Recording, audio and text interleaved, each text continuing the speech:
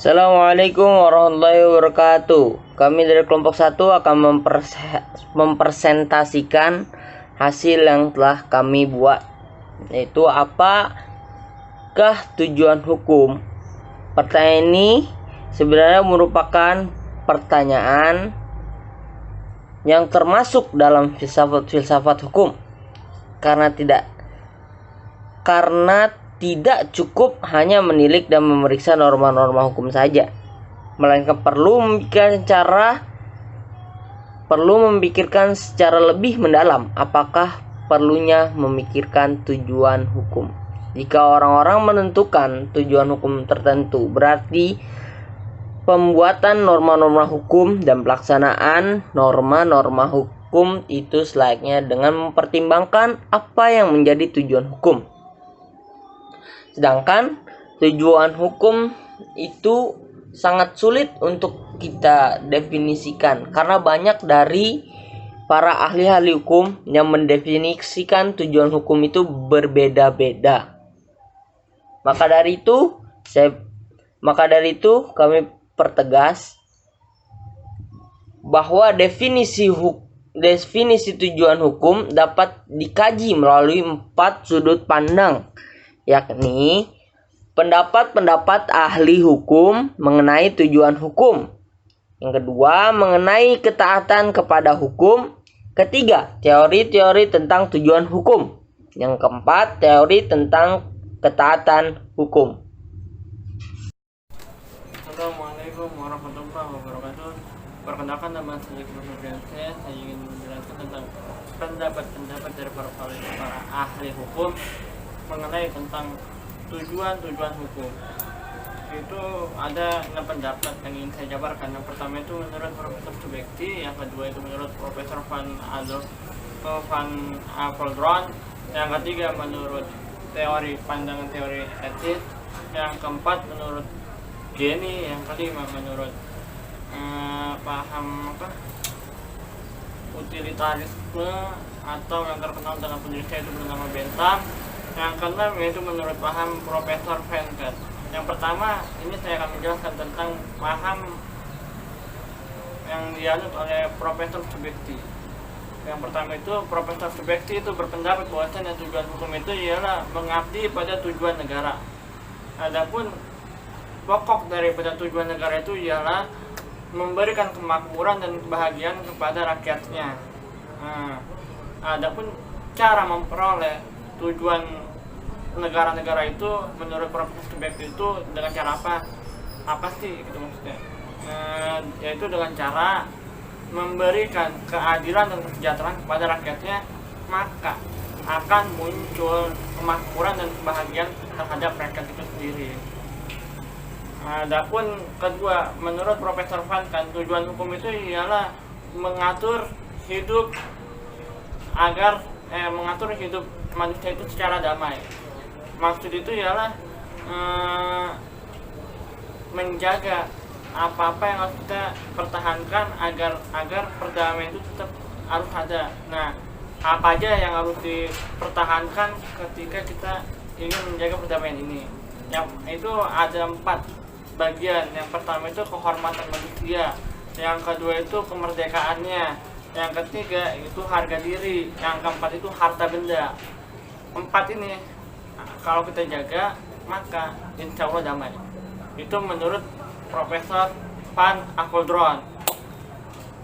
Nah, di antara 4 ini nih, itu harus kita jaga juga nih. Jaga itu dalam artian bagaimana sih cara awet gitu mempertahankan ini.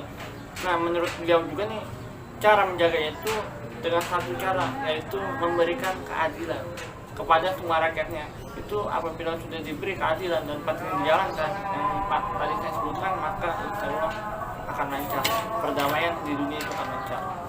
Adapun yang ketiga itu menurut pandangan teori etis. Pandangan teori etis ini berpendapat bahwasanya tujuan hukum itu ialah mencapai keadilan. Maksud dari mencapai keadilan itu ialah memberikan kepada seluruh manusia untuk mendapatkan hak-hak hidupnya. Itu menurut teori etis. Adapun yang keempat itu menurut pandangan Jenny, beliau berpendapat bahwa tujuan hukum itu ialah menjalankan unsur-unsur keadilan, yaitu unsur-unsur keadilan itu ialah menjalankan keduanya itu ialah memanfaatkan sumber daya guna dan memanfaatkan apa-apa yang bisa dimanfaatkan secara baik. Itu maksud daripada Profesor Geni. Tapi kurang lebihnya ya seperti itu lah. Mohon maaf kalau kurang jelas. Emang di pernyataan inti buku itu ya seperti itu. Adapun yang kelima itu menurut Profesor Bentham atau penganut paham teori utilitarisme, beliau berpendapat bahwasanya tujuan hukum itu ialah memberikan kepaedahan kepada semua orang banyak. Maksudnya itu dengan konsep ini maksud tujuan ini ialah meletakkan kepaedahan itu sebagai fondasi utama hukum. Tapi ada seorang ilmuwan yang berpendapat bahwasanya hukum itu tidak akan jalan melainkan karena dua asas. Yang pertama dengan kepaedahan, yang kedua dengan keadilan. Begitu. Kurang lebih seperti itu. Adapun yang keenam itu menurut Profesor Van Ken, beliau berpendapat bahwasanya tujuan hukum itu ialah menjaga hak-hak manusia agar tidak dapat diganggu-gugat. Dalam artian itu manusia harus dijaga dirinya dan juga tidak dapat agar tidak bermain hakim dirinya terhadap perkara-perkara atau masalah yang sedang dilalui. Alangkah baiknya menurut Profesor Van Ken apabila kita mendapatkan suatu perkara atau masalah, maka lebih baik masalah ini kita serahkan kepada pihak yang berwajib, terutama para hakim, agar nanti diproses dengan benar-benar prosedur hukum yang berlaku. Mungkin kiranya itu. Wassalamualaikum warahmatullahi wabarakatuh. Membangun ketaatan hukum. Ketaatan hukum tidak lepas dari kesadaran hukum. Kesadaran hukum yang baik adalah ketaatan hukum, dan tidak sadaran hukum yang baik adalah ketidaktaatan. Pernyataan ketaatan hukum harus disandingkan sebagai sebab dan akibat dari kesadaran dan ketaatan hukum. Sebagai hubungan yang tidak dapat dipisahkan antara kesadaran hukum dan ketaatan hukum, maka beberapa literatur yang diungkap oleh beberapa pakar mengenai ketaatan hukum bersumber pada kesadaran hukum. Hal tersebut mencerminkan dua macam kesadaran, yaitu 1. Legal consequences as within the law. Kesadaran hukum sebagai ketaatan hukum. Berada dalam hukum, sesuai dengan aturan hukum yang disandari atau dipahami. Yang kedua, legal consequences as against the law. Kesadaran hukum dan wujud menentang hukum atau melanggar hukum. Jadi ada dua, yaitu pertama yang nurut-nurut aja dengan hukum, yang kedua adalah yang melanggar hukum tersebut. Hukum berbeda dengan ilmu yang lain. Dalam kehidupan manusia, hukum berbeda dengan seni, ilmu, dan profesionalis lainnya. Struktur hukum pada dasarnya berbasis kepada kewajiban dan tidak di atas komitmen. Kewajiban moral untuk mentaati dan peranan peraturan membentuk karakteristik masyarakat. Di dalam kenyataannya, ketaatan terhadap hukum tidaklah sama dengan ketaatan sosial lainnya.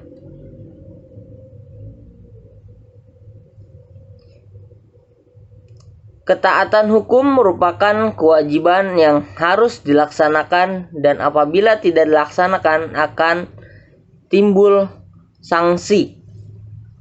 Tidaklah demikian dengan ketaatan sosial. Ketaatan sosial manakala tidak dilaksanakan atau dilakukan, maka sanksi-sanksi sosial yang berlaku pada masyarakat inilah yang menjadi hakim. Tidaklah berlebihan bila ketaatan di dalam hukum cenderung dipaksa. Ketaatan sendiri dapat dibedakan dalam 3 jenis.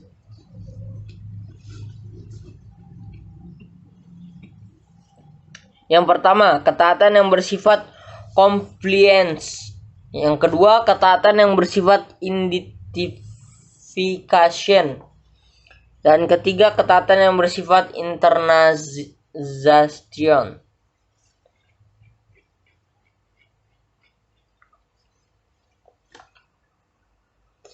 Untuk yang ketaatan yang bersifat compliance,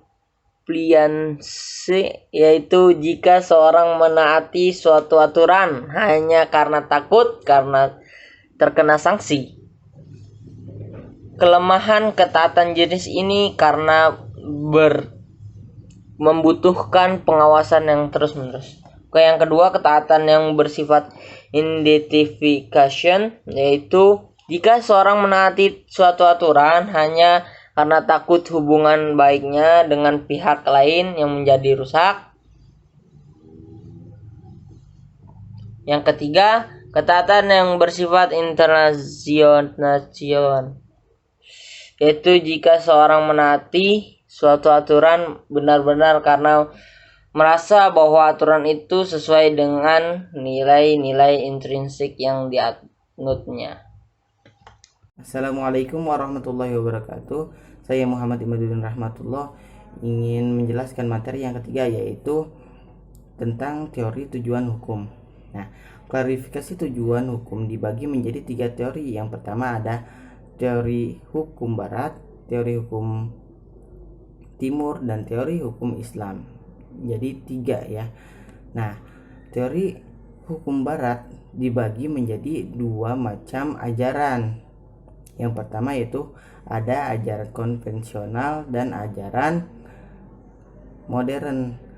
Ajaran konvensional dibagi lagi menjadi 3 ajaran, yaitu ajaran etis, ajaran utilitas, dan ajaran normatif dogmatif.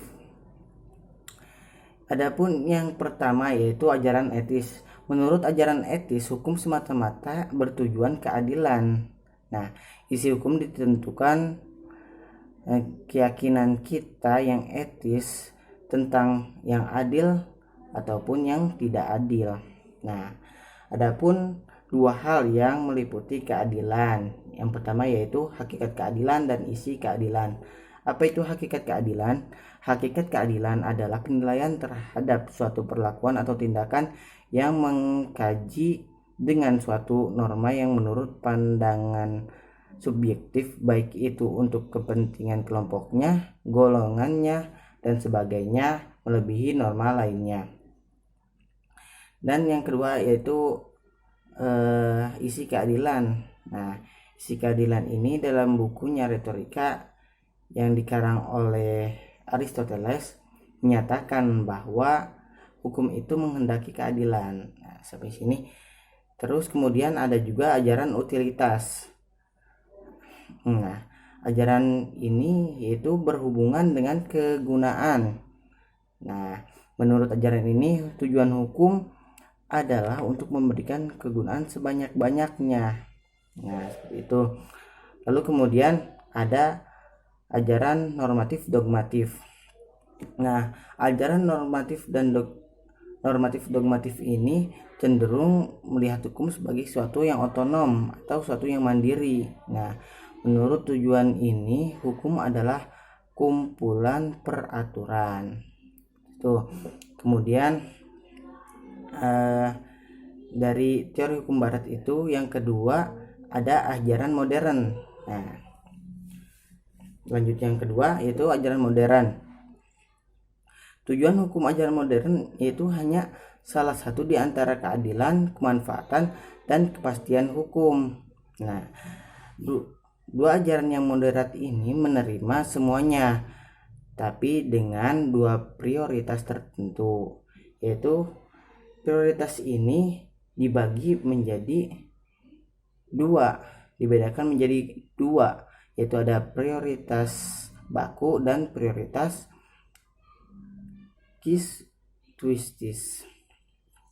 kasuistis maksudnya. Nah, adapun prioritas baku, apa itu prioritas baku? Nah, menurut prioritas baku, tujuan hukum adalah keadilan, kemanfaatan, dan kepastian hukum, sama seperti yang di atas tadi. Nah, berdasarkan ajaran ini, prioritas baku keadilan harus selalu diprioritaskan. Nah, beda dengan kasuistis, beda dengan ajaran kasuistis. Menurut ajaran kasuistis, kepastian yang harus diprioritaskan daripada keadilan dan kemanfaatan, jadi bertolak belakang. Nah, kemudian yang teori yang kedua yaitu ada teori hukum timur. Nah, teori hukum timur ini berbeda dengan teori hukum barat, yang dimana tadi teori hukum barat lebih menempatkan kepastian dan keadilan hukum sebagai muara. Nah, sedangkan teori hukum timur ini lebih menekankan pada keharmonisan dan kedamaian. Nah, tujuan hukum timur masih menggunakan kultur hukum asli, misalkan seperti di negara Jepang. Nah, penegak hukum di negara Jepang ini lebih berorientasi pada tujuan hukum yang harmonis. Nah, kemudian adapun teori yang ketiga yaitu teori hukum Islam. Nah, yang terakhir. Nah, tujuan hukum menurut teori ini yaitu untuk memberikan manfaat bagi seluruh umat Islam, ya tentunya seluruh umat Islam, karena ini adalah teori tujuan Islam, teori hukum Islam, tentu saja untuk seluruh umat Islam. Nah, adapun Asy-Syatibi menyebutkan bahwa tujuan hukum Islam itu adalah mencapai kemaslahatan seorang hamba baik dunia maupun akhiratnya. Nah, di teori hukum Islam ini pun ada prinsip yang menjadi dasar tujuan hukum tersebut, yaitu yang pertama itu yang manfaat diperbolehkan dan yang mudarat dilarang. Yang kedua yaitu ada tidak berbahaya dan tidak boleh membahayakan, yang seperti di dalam hadis Nabi yaitu la dirara wala dirara. Nah, dan yang terakhir yaitu ada bahaya harus diatasi atau diberantas. Nah, itu tiga tersebut adalah prinsip yang menjadi dasar tujuan hukum Islam. Nah, sampai sini mohon maaf apabila penjelasan saya kurang lengkap ataupun ada sedikit kata-kata yang kurang dimengerti, mohon maaf. Saya masih belajar. Wassalamualaikum warahmatullahi wabarakatuh. Dan teori selanjutnya akan dilanjutkan oleh rekan saya. Assalamualaikum warahmatullahi wabarakatuh. Nama saya Muhammad Rashid Ridho. Di sini saya akan menjelaskan teori ketaatan hukum. Ketaatan hukum atau kepatuhan hukum didasari oleh kesadaran, karena seseorang yang patuh atau taat pada hukum pasti memiliki kesadaran adanya hukum yang harus dipatuhi. Kepatuhan hukum atau ketaatan hukum ini tertulis dalam bentuk perundang-undangan atau dalam bentuk lain. Dalam konteks ini, tentu ada sanksi positif maupun negatifnya. Menurut Satipto Raharjo, ada 3 faktor yang menyebabkan masyarakat mematuhi hukum. Pertama, ada kepatuhan. Apa itu kepatuhan? Kepatuhan adalah usaha untuk menghindari diri dari hukuman yang timbul apabila ia melanggar ketentuan hukum. Kedua, yaitu identifikasi. Apabila kepatuhan kepada kaidah ada bukan karena nilai intrinsiknya, melainkan agar keanggotaan kelompok tetap terjaga keharmonisannya, serta ada hubungan baik dengan diberi wewenang untuk menerapkan kaidah-kaidah hukum. Yang ketiga ada internalisasi. yaitu apabila yang mematuhi hukum tersebut karena secara intrinsik kepatuhan tadi mempunyai imbalan isinya sesuai dengan nilai-nilai pribadi yang bersangkutan. Kepatuhan terhadap hukum akan terlaksana setelah seseorang memiliki pengetahuan akan hukum tersebut. Karena itu, pendidikan kebiasaan, kemanfaatan, dan kesadaran yang paling utama yang menjadi dasar kepatuhan atau ketaatan hukum tersebut. Jadi kesimpulannya, kita harus tahu lebih dahulu bahwa hukum itu untuk melindungi semua orang, kepentingannya. Setelah mengetahui hal itu, baru kita akan menyadari tentang fungsi dan kegunaannya. Terima kasih. Wassalamualaikum warahmatullahi wabarakatuh.